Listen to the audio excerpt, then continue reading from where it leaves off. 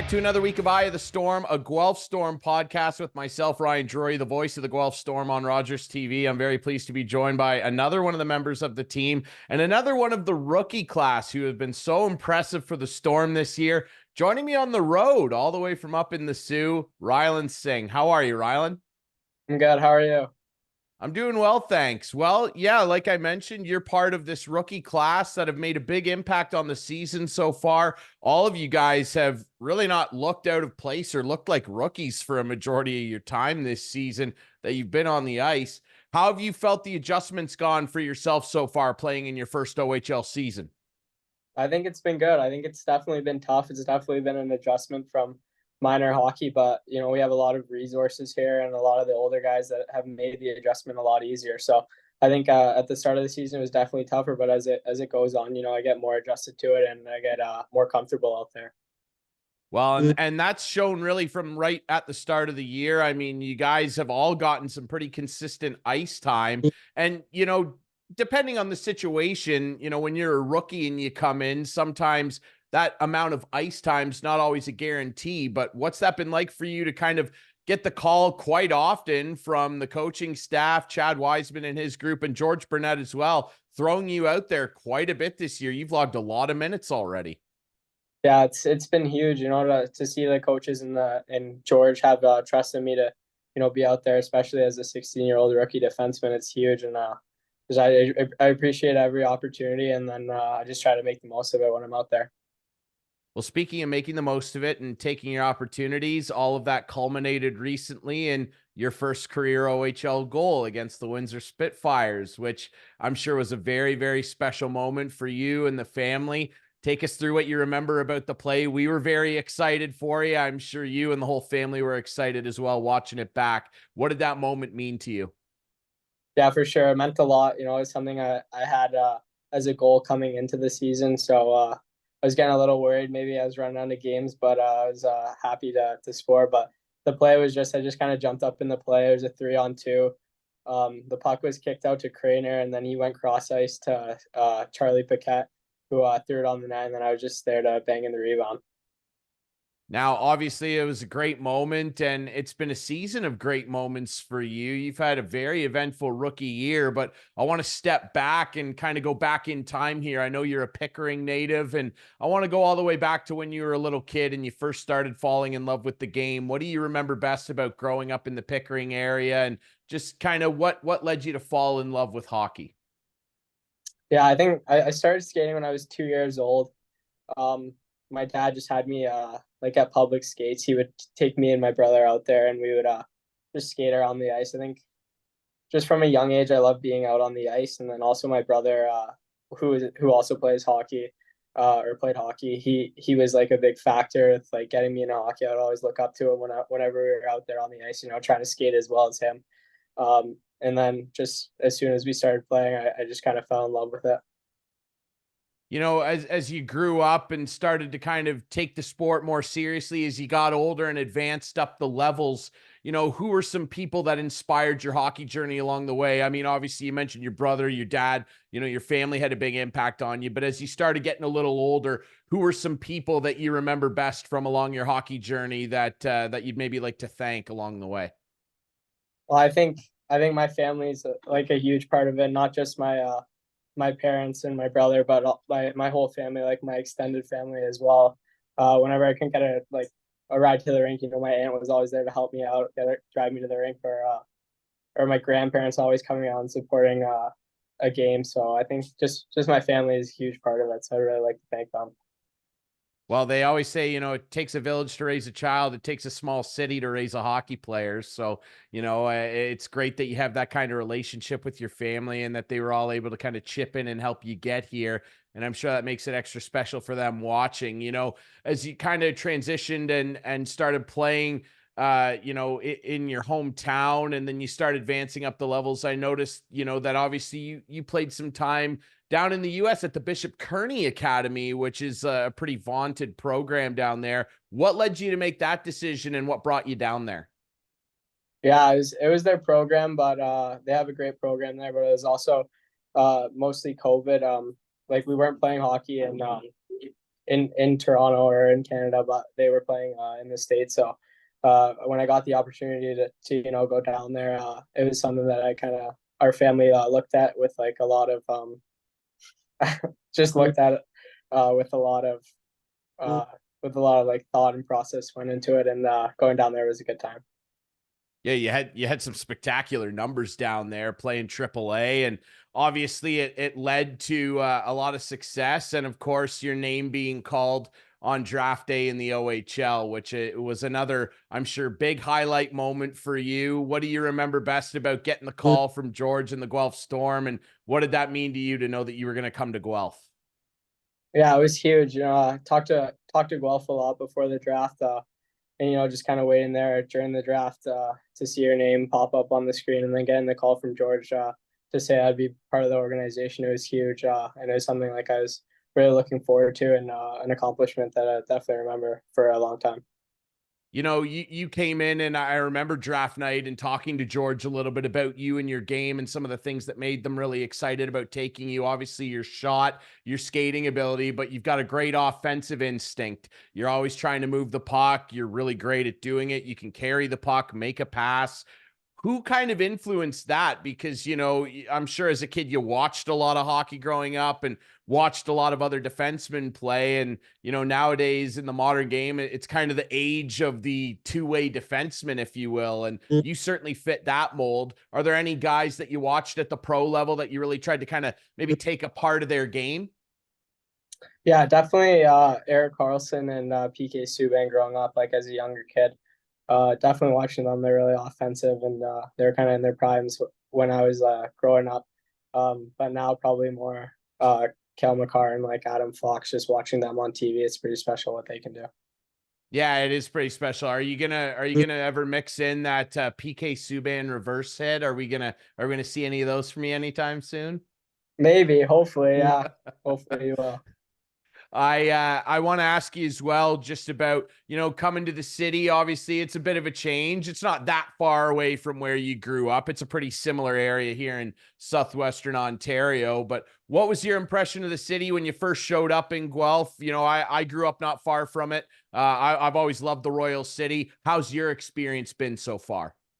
It's been great. I love Guelph. Uh, the fans have been amazing, and then just the city's also been great. Like going to school here, living here, got nothing but good things to say about it. So it's been great. Do you have any favorite haunts around the city that you guys frequently go to? Is there like a restaurant that sticks out? Any particular spot that's kind of a staple for you in Guelph yet? Probably just maybe East Sides or Chuck's after practice, something like that, just where the boys can go out, just grab a quick bite to eat. But yeah, probably one of those two places. Nothing wrong with that. Yeah, those are good spots. I want to ask you just about the group this year. And obviously, coming in as a rookie, there's so many veteran leaders on this team. It's an older group. There's lots of 19-year-olds, and you've got a trio of overagers there that have been really impactful. And, particularly on that blue line, I know Braden Hislop's hurt right now, but he's a veteran guy. He's been around the block, and obviously Chandler Romeo and the rest of that decor, but a really veteran team. What's it been like for you mixing into that group and learning from some of those guys who are about to transition away from the OHL? I'm sure that they probably had a big impact on you. Absolutely, yeah. All of them have just sharing like pro habits that they've kind of accumulated over the years, and like little tips and tricks. Rolling out, ice bathing after practice, after skates. Just everything that kind of helps you, and everything that they're doing at the next level that they've already experienced. They're sharing that with me now, which is great. So I can learn that now, and then when hopefully if I can get to the next level, it's something that I've already been doing for a while. So it's been great. Again, I mentioned, numerous times already, and to your other rookie teammates, that you guys really haven't looked like rookies. You've played some very solid minutes and provided a lot to this team. One of the best defensive teams in the entire league, as a matter of fact, and you have been all season. When you first came into the league, that first couple weeks, getting into games and shaking those nerves off, I'm sure. Did you have a big moment where you were like, wow, this is my welcome to the OHL moment, or anything like that? Um,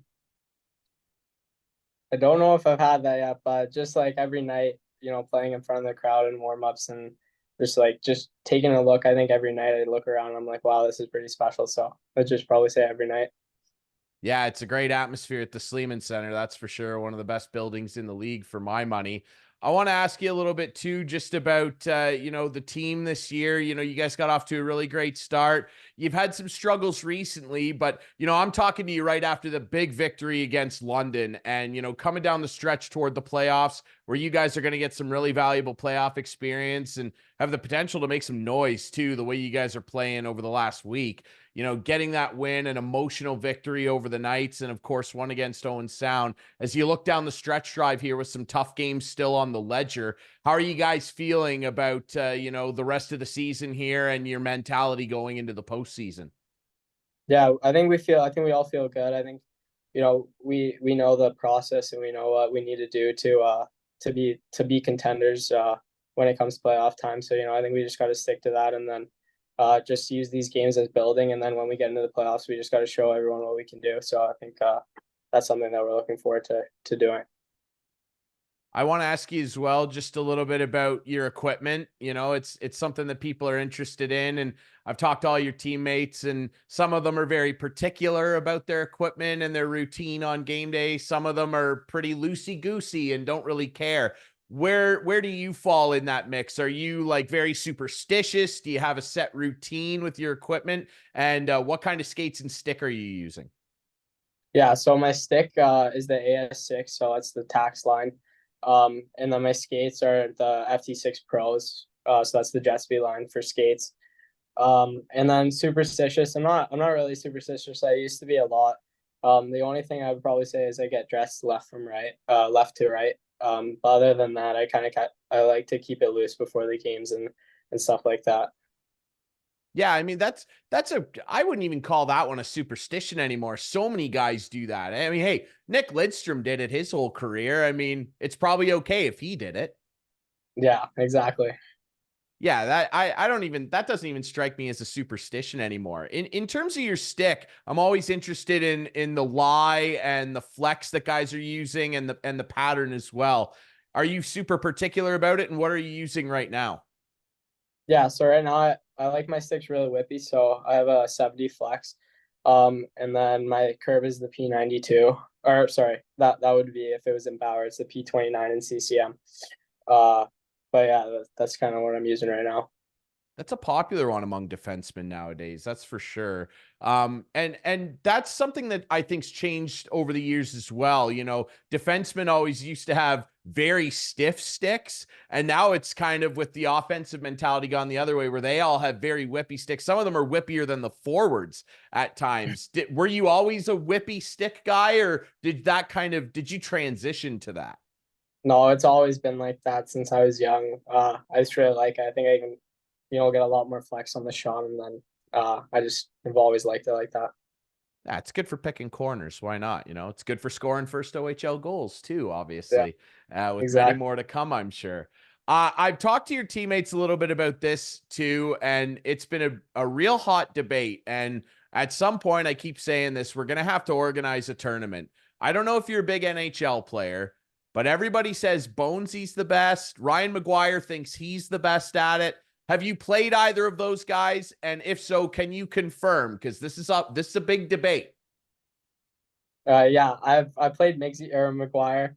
Okay. He's really good. I haven't played Bonesy yet, but I know McGuire's really good. So, who I've seen, I would say probably McGuire's the best, but I haven't seen Bonesy, so I gotta play him sometime soon.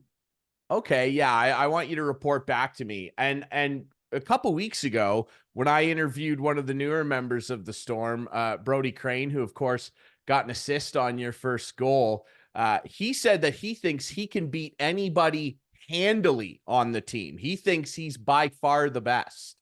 What do you have to say to that? Does he strike you as a guy who's really good at the game?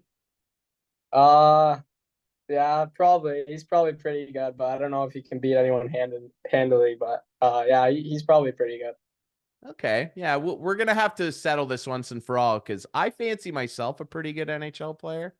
And I think I could probably beat all of you. So Okay, yeah, yeah, I'm just maybe. saying.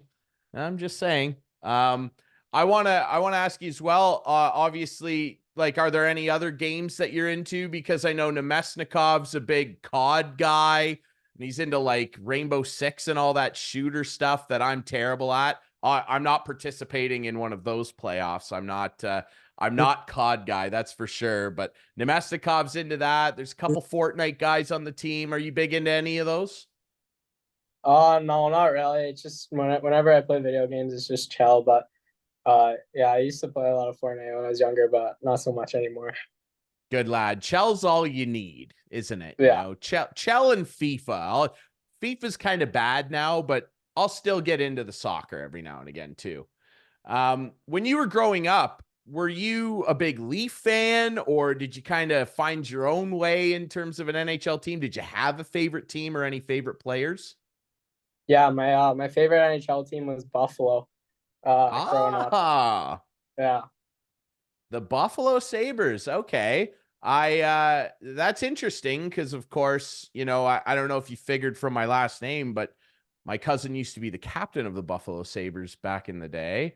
Chris yeah, Drury, and obviously in New York now. So I was a Buffalo Sabres fan on the side. I'm still a big Washington guy, but I always cheered for Chris when he was down there. The Sabres are a great market. They got to win a Stanley Cup someday. That market deserves it, I think. Are you a Bills fan too then? I don't watch too much football to be honest, but Okay. yeah, if I were to root for a team, it'd probably be the Bills. So yeah, You just made a lot of people in Southern Ontario very happy with that statement, I yeah, think. I want to know as well, this has been another interesting thing to me talking to your teammates this year. The dressing room strikes me as a very big country room. You guys are very into country, which is not really up my alley, but that's okay. Are you in that group? Are you a big country fan? What kind of music are you into if you were in charge of the aux cord? yeah. I'm not a huge guy on music, but if I were to pick, I would probably go with country. I know Cam likes to throw on rap whenever he's on aux, but whatever the boys are playing, it's good with me. I'm not really too picky when it comes to that. Okay, well, I've also asked all your teammates to pick a custom goal song, and maybe does one come to mind then if you're not a giant music guy? Like if you could pick a goal song, is there something that strikes you that comes to mind? Yeah, I'd probably go with "Don't Stop the Party" by Pitbull. I love that you had an answer right teed up. Some guys really had to think about it. You were like Pitbull immediately. I love it. Yeah, That would be a good one. That'll get the people at Sleeman Center moving. We all know that Spike likes to get the crowd pumped up. I think if you scored and they started blaring "Don't Stop the Party," the Sleeman Center would be bumping. That's a good one. I like that. Well, hey, the Buffalo Sabres, maybe someday if you ever end up playing there, who knows? Who knows what the future holds? They're letting guys pick custom goal songs. Everybody's got their own goal tune. I know Jeff Skinner's using like a high school musical tune. There's a lot of yeah, different stuff. There's a lot of different stuff going on down there. Um, I also want to know a little bit about, growing up and kind of finding your way in the game. And I'm sure that there were a lot of coaches that had a big impact on you as well that you can kind of think back on. Who are some that maybe stick out because, they spend a lot of time with you at the rink when you're a kid. I'm sure you have a few that kind of come to mind that really stick out. yeah. I'd probably say my coach last year for U16, Rob Shilton. He played a huge part last year for me, developing me and teaching me OHL habits and preparing me for like the draft and what would come next and just creating good habits. So I'd probably go with him, Rob Shilton. Yeah. Very good. Before I ask you my patented wrap-up question for the players, I also would be remiss if I didn't touch on the fact that in this crazy rookie season that you've had, which has had a lot of big moments for you, that included representing your country at the under 17 challenge. And it worked out pretty well for you because you skated home with a gold medal around your neck. What did that mean to you to put on the Team Canada sweater? Because that's a giant moment for a lot of kids. A lot of kids don't get to do it in their career. What did it mean to you to put on your national sweater and win? No, it was huge. It was definitely everything I've been working for. To put on the sweater, but also to win gold is huge. But like, yeah, words can't really describe it. It's definitely something that I'll remember forever. And it was an awesome experience. As you should, my friend. Well, I want to ask you my wrap up question. I ask all your teammates to do this. I want you to put yourself in a dream starting lineup. You're obviously playing defense. So I need a defense partner for yourself, 3 forwards, and a goalie. Doesn't even have to be NHL guys, could just be anybody. Anybody you've played with, maybe former teammates. It's all up to you. Build me a dream starting lineup with you on defense. Go ahead. So I'd probably go with McDavid, Gretzky, and Matthews up front, and then I would It's a lot go, of power. yeah, it is, and then me on defense, and then probably Bobby Orr as my D partner. Wow. Yeah, and then if I was talking about NHL, I'd probably go with Carey Price, but if I was talking about anyone, I would throw my brother in that because he's a goalie. Oh, amazing. There you go. Some love for the brother. I love that. That's a heck of a lineup, man. I know the Sabres fans will be upset you didn't say Dominic Hasek, but that's okay. It's a little before your time, the Dominator. Yeah. That's a great lineup, man. Bobby Orr and you on defense, man. I don't think anybody would touch the puck with you guys out there, let alone Gretzky up the middle. Oh my God.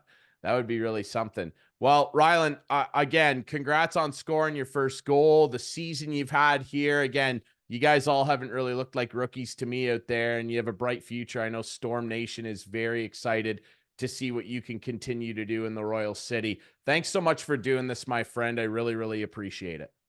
No, thank you for having me. Anytime. All right, everybody. Remember, you can find this podcast on YouTube. You can find it on all your favorite podcast apps. There's links on the Guelph Storm website. And hey, if you want to come down to the Sleeman Center and watch Rylan Singh and his teammates in the drive toward the playoffs, you can get tickets on the Guelph Storm website and at the box office at the Sleeman Center. We'll be back next week with more Eye of the Storm.